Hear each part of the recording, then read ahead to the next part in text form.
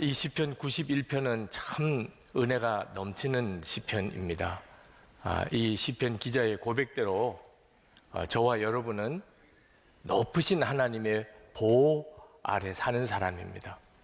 우리에게는 하나님의 보호하심이 있습니다. 이것이 우리의 믿음이고 우리의 감사고 우리의 찬송입니다. 그와 같은 자에게 전능하신 하나님의 그늘 아래 거하는 머무는 그런 복을 주시겠다고 말씀하셨습니다. 저는 오늘 이 시간에 이 말씀을 듣는 여러분 모두가 다 하나님의 보호하심 아래 전능하신 하나님의 그늘 안에 머무는 은혜를 다 받게 되기를 축복합니다. 이런 믿음이 있는 사람은 고백이 다릅니다.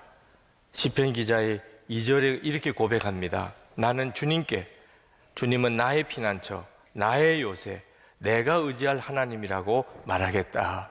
여기서 주목할 것은 주님은 나의 피난처라고 했던 것입니다. 주님은 피난처시다.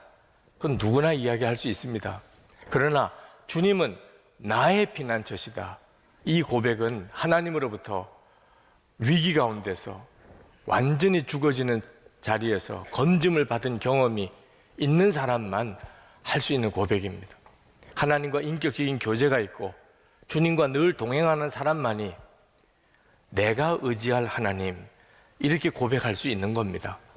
이렇게 고백할 수 있는 사람에게 하나님은 약속하셨습니다. 3절에 정녕 주님은 너를 사냥꾼의 덫에서 빼내주시고 죽을 병에서 너를 건져주실 것이다. 이건 참 얼마나 놀라운 일입니까? 그런데 문제는 정말 하나님은 우리를 사냥꾼의 덫에서 빼내주시고 죽을 병에서 우리를 건져주시는가 하는 것에 대해서 의심이 들 때가 많다는 것입니다. 그렇게 하나님을 잘 믿는 사람도 한순간에 큰 어려움을 당하는 것을 많이 우리가 보았습니다. 제가 아주 좋아하는 장로님 한 분이 계신데 그분의 따님이 대학까지 졸업을 하고 이제는 사회생활을 할 때쯤 됐는데 급성 백혈병에 걸렸습니다. 그리고 1년 동안 투병하다가 세상을 떠났습니다.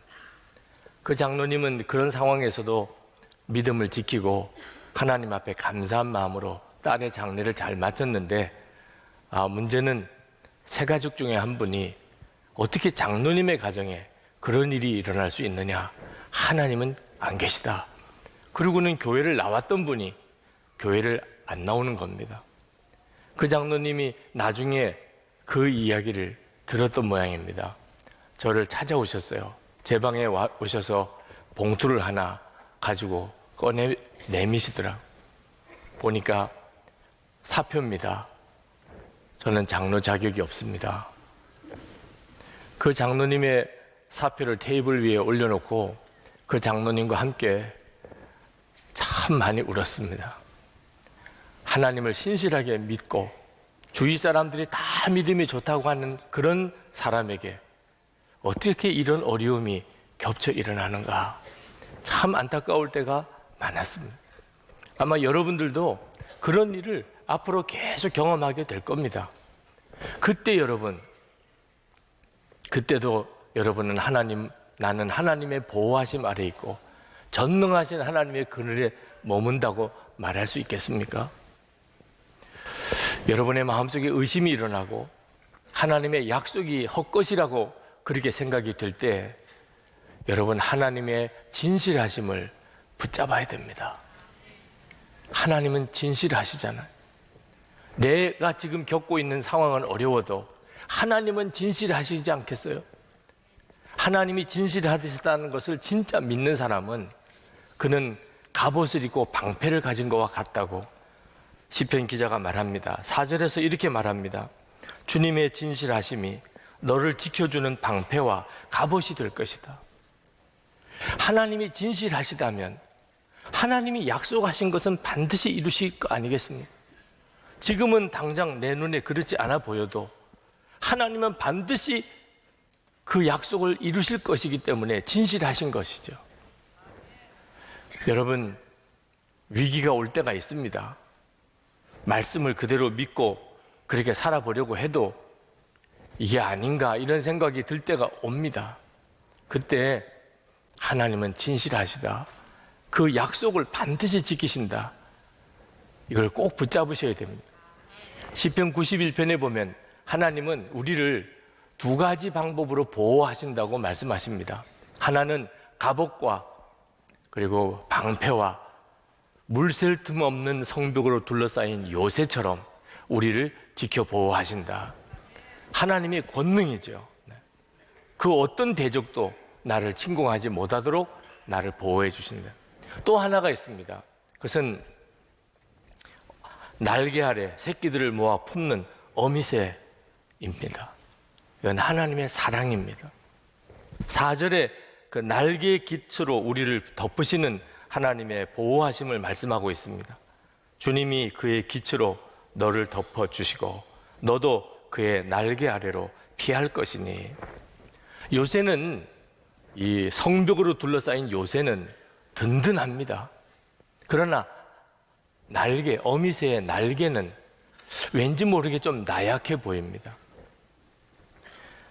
그렇지만 어미새는 뜨거운 햇살이나 차가운 비바람을 고스란히 맞아가면서 그 날개로 새끼들을 지켜냅니다. 요새는 든든하지만 어미새는 푸근합니다. 폭풍우 속에 또 캄캄한 밤이 왔을 때 사방에 짐승 소리가 들려오는 그런 상황에서도 어미 날개 아래에 있는 새끼 새는 그 마음이 편안합니다. 안전합니다. 그리고 행복합니다. 하나님이 이처럼 우리를 보호하십니다. 한쪽에는 권능과 한쪽에는 사랑으로 우리를 보호하신다. 그게 사실입니까? 물론이죠. 십자가가 그 증거입니다. 우리 모두에게 하나님은 십자가를 통해서 하나님이 우리를 보호하고 계시다는 것을 분명히 보여줍니다. 십자가는 하나님의 권능과 하나님의 사랑을 다 가지고 있습니다. 마귀가 죄로 인하여 우리를 넘어뜨리려고 그렇게 무섭게 달려들어도 십자가는 우리를 완벽하게 지켜냅니다. 방패요, 갑옷이요, 요새입니다. 마귀가 우리를 어떻게 할 수가 없게 십자가는 우리를 지킵니다. 그 십자가 속에는 하나님의 권능이 있습니다. 그러나 동시에 또 십자가는 우리가 낙심하고 좌절하고 외로워할 때 우리를 감싸 안아주는 하나님의 사랑입니다. 상상할 수 없는 하나님의 사랑, 그 사랑이 십자가에 있습니다. 그러므로 십자가의 은혜를 알고 예수님을 믿는 여러분, 여러분에게 어떤 어려움이 와도 여러분의 상황이 아무리 힘들어도 나는 하나님의 보호 아래 있고 전능하신 하나님의 그늘 아래 나는 머물고 있다고 담대하게 고백할 수 있게 되기를 바랍니다. 5절에서 9절까지 시편 기자가 그렇게 고백을 했습니다. 나는 밤에 찾아오는 공포를 두려워하지 않고 낮에 날아드는 화살을 무서워하지 않겠다. 흑암을 틈타서 퍼지는 연병과 백주에 덮치는 재앙도 두려워하지 않겠다. 왼쪽에서 1000명이 넘어지고 오른쪽에서는 10,000명이 쓰러져도 재앙이 가까이 오지 못할 것이다. 내게는 어떤 불행도 찾아오지 않을 것이다. 내 장막에는 어떤 재앙도 가까이 하지 못할 것이다.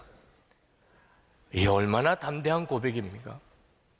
이것이 바로 믿는 사람인 것입니다.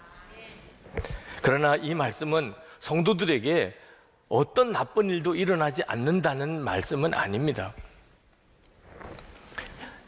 마귀가 참 교묘하죠. 이 은혜로운 말씀을 가지고 예수님을 시험했습니다. 성전 꼭대기에 세워놓고 예수님 보고 뛰어내려 보라고. 그러면 천사가 너의 발을 받쳐줄 거 아니겠느냐.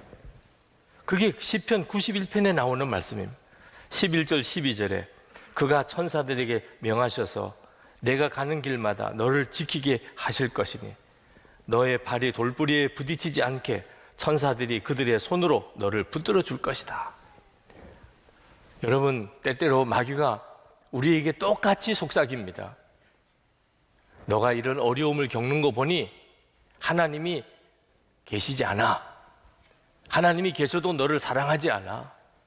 너 처지를 봐.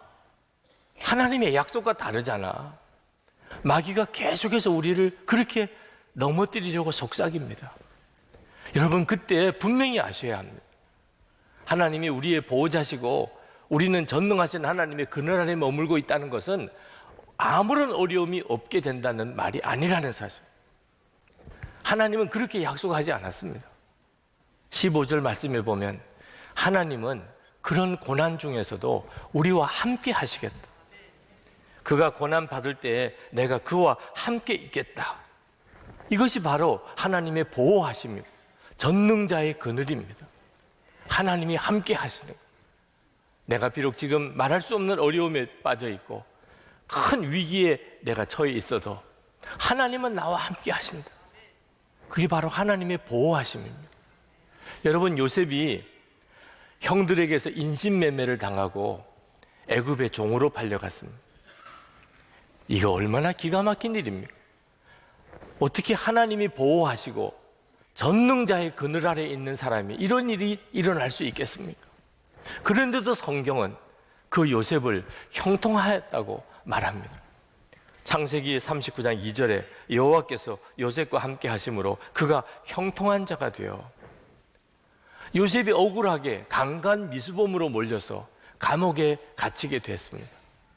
이건 또 얼마나 비참한 일입니까? 그런데도 성경은 여전히 요셉이 형통한 자라고 말합니다. 창세기 39장 23절에 여호와께서 그를 범사에 형통하게 하셨더라. 아니, 종살이와 옥살이 하는 일이 무슨 형통한 것과 관련이 있습니까? 어째서 성경은 이렇게 말하는 것입니까? 우리가 생각하는 형통과 성경이 말하는 형통의 기준이 다르기 때문입니다. 우리는 형통을 어떻게 생각하냐면 모든 일이 다 잘 될 때, 내가 원하는 학교도 갔고 내가 원하는 직장도 들어갔고 그리고 내가 돈도 많이 벌고 내가 성공해서 사람들에게서부터 높임을 받게 될 때 우리는 그걸 형통이라고 말합니다. 그러나 성경의 기준은 다릅니다. 성경은 어떤 때에 형통이라고 쓰느냐?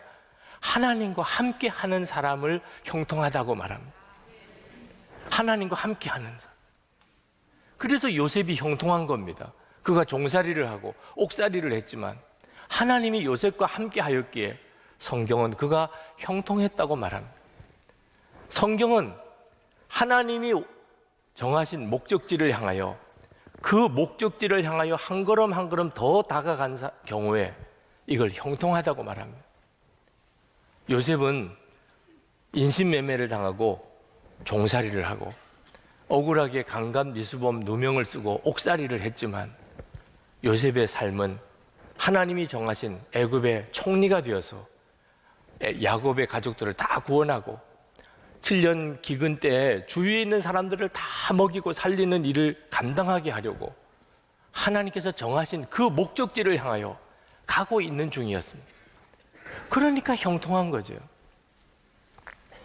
여러분, 여러분의 인생도 잘 분별해야 됩니다. 내가 지금 형통한가? 하나님이 나를 보호하고 계시나? 내가 지금 전능하신 하나님의 그늘 아래 머물러 있는가? 주님이 함께 하시는 것이 열쇠인 것입니다. 주님이 나와 같이 계시다. 내가 그것을 믿는다고 한다면 그러면 여러분은 하나님의 보호하심 아래 있는 겁니다. 저의 처조부 되시는 박용익 목사님이라고 계십니다. 참 훌륭하신 목사님이십니다. 그 목사님이 어떤 목회를 하셨는지 그 손녀가 되시는 권사님이 저에게 한 가지 일화를 들려주셨습니다. 서울에 있는 중앙교회 담임하실 때 그때 교회 내분이 굉장히 심했습니다. 교단 정치 때문에 교인들이 정치적으로 두 파로 갈려가지고 무섭게 싸웠습니다. 교회가 큰 시험에 들었고 목사님은 정말 목회하기가 어려울 정도였습니다. 그 어릴 때 그 권사님이 할아버지 찾아서 그 교회를 가보면 할아버지는 언제나 예배당에 계셨다는, 예배당 강단 앞에 가만히 거적대기를 깔아놓고 거기에 무릎을 꿇고 통곡을 하고 울고 계시더라는, 그걸 몇 번이나 봤던. 할아버지 찾아서 교회 가보면 할아버지는 언제나 예배당에 가서 거기서 가만히 위에 무릎을 꿇고 그렇게 통곡하고 울고 기도하시더라. 그런데 그러고 몇 개월이 지나면 언제 싸웠냐는 듯이 교인들의 분란이 다 가라앉아 버리더라. 여러분, 도무지 끝날 것 같지 않은 고난, 도무지 해결될 것 같지 않은 어려움, 그런 순간이 오지만 그래도 하나님은 여전히 함께 계십니다. 우리에게 열쇠는 나와 여전히 함께 계시는 그 하나님을 바라보는 것입니다. 14절, 16절은 우리가 정말 외워두어도 좋을 귀한 말씀입니다. 여기에 하나님을 사랑하는 자에게 하나님이 7가지 약속을 해주십니다. 14절, 하나님께서 말씀하신다. 그가 나를 간절히 사랑하니 내가 그를 건져주겠다. 그가 나의 이름을 알고 있으니 내가 그를 높여주겠다. 그가 나를 부를 때에 내가 응답하고 그가 고난받을 때에 내가 그와 함께 있겠다. 내가 그를 건져주고 그를 영화롭게 하겠다. 내가 그를 만족할 만큼 오래 살도록 하고 내 구원을 그에게 보여주겠다. 아멘입니다. 이것이 우리에게 허락하신 하나님의 약속의 말씀입니다. 우리가 이 약속의 말씀을 날마다 선포하고 살아야 됩니다. 물론 어떤 때는 이 약속의 말씀이 믿어지지 않을 때가 올 수 있습니다. 휘청거리는 순간도 올 수 있습니다. 그때 여러분이 상황을 보지 말아야 됩니다. 상황을 보니까 휘청거리는 겁니다. 우리를 건져주시고 높여주시고 기도에 응답하시고 고난 중에 함께 하시고 영화롭게 하시고 오래 살게 하시고 구원을 보여주시는 하나님, 그 하나님을 바라봐야 됩니다. 그리고 시간이 지나고 나면 맞아, 하나님 말씀대로 됐어, 그렇게 고백하게 됩니다. 호주에 이홍규라고 하는 분이 있습니다. 교민이죠. 그분은 사랑하는 딸을 잃었습니다. 너무 이쁘고 너무 공부도 잘했는데 그만 급성 간염으로 죽었어요. 너무 그것이 고통스러웠어. 그는 기도도 못하고 하나님의 사랑을 믿을 수가 없었습니다. 그런데 어느 날 그가 스티브 네이트라고 하는 사람의 간증을 듣게 됩니다. 그는 짐 엘리엇과 함께 순교했던 그 4사람의 선교사 중에 한 사람, 네이트 선교사 아들입니다. 그 스티브 네이트가 간증을 하는데 순교의 피로 인해서 한 부족이 다 복음화되는 그런 감동적인 이야기를 간증을 하고 이어서 자기의 개인적인 간증을 했습니다. 이 스티브에게 외동딸이 있었습니다. 20살 때 선교여행을 갔다 왔습니다. 아버지가 친구들과 함께 선교여행을 다녀온 기념으로 파티를 열어주었는데 갑자기 머리가 아프다고 아버지 나를 위해 기도해 달라고 하는데 기도하는 중에 아버지의 품에서 세상을 떠났습니다. 뇌출혈로 그렇게 딸을 잃어버렸습니다. 이 스티브 네이트 선교사가 그 이야기를 하면서 울지 않으려고 울먹거리면서 어떻든지 감정을 절제하려고 떠듬떠듬 그렇게 그 이야기를 해가는데 이홍규 씨가 눈물이 터졌습니다. 걷잡을 수 없이 통곡했습니다. 그때 그 속에 있는 응어리가 녹아지기 시작했어요. 그리고 그가 깨달았습니다. 아픔을 겪은 사람만이 똑같은 아픔을 겪은 사람들을 위로할 수 있다는. 그리고 하나님도 왜 응답 안 해주시냐, 왜 대답이 없으시냐 그랬는데 하나님도 당신의 독자 예수 그리스도를 십자가에서 죽게 할 때 똑같은 아픔을 겪으셨고 때로는 우리가 울 때 말 없이 다가와만 주시지 아무 말씀도 하지 못하실 때가 있다는 사실을 그가 인정하게 됩니다. 그리고 하나님과의 관계가 완전히 회복이 됩니다. 그리고 그가 그 사랑하는 딸 김세별이라고 하는 그 사랑하는 딸의 믿음을 기억하면서 그가 책을 씁니다. 내 이름은 아직도 이세별, 내 이름은 아직도 이세별이라는 책을 써서 읽는 사람들마다 깊은 감동을 받습니다. 이 사람의 변화 속에도 바로 그 짐 엘리엇과 그리고 네이트 선교사가 있습니다. 우리가 때때로는 이해할 수 없는 고난이 오고 설명할 수 없는 재앙을 하나님의 자녀들이 겪게 되지만 하나님의 보호하심이 없어서 그런 게 아닙니다. 지나고 보면 여전히 우리는 하나님의 보호하심 아래 있었습니다. 이렇게 고백하게 됩니다. 제 삶에도 하나님의 보호하심이 믿어지지 않는 순간이 많이 있었습니다. 정말 휘청거렸습니다. 목사의 자녀로 또 목사로 살아가면서도 그때 하나님께서 저에게 말씀하셨어요. 내 안에 거하라. 요한복음 15장 4절 말씀. 내 안에 거하라. 나도 너희 안에 거하리라. 그게 답이었습니다.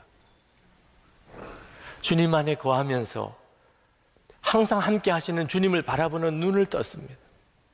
항상 함께 하시는 주님을 바라보게 되니까 비로소 내가 전능하신 하나님의 그늘 아래 머물러 있다는 확신이 들었습니다.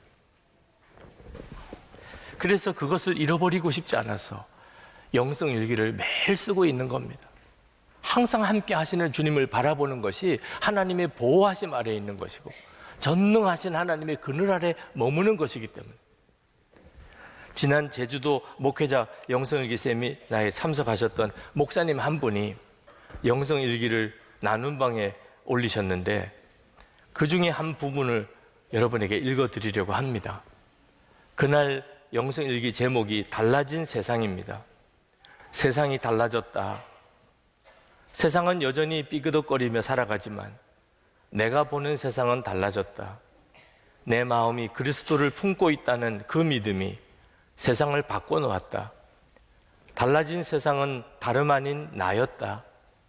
그래서 새벽이 감동이고 한낮이 기대되고 또 하루를 마무리하며 보내는 밤 시간이 기대된다.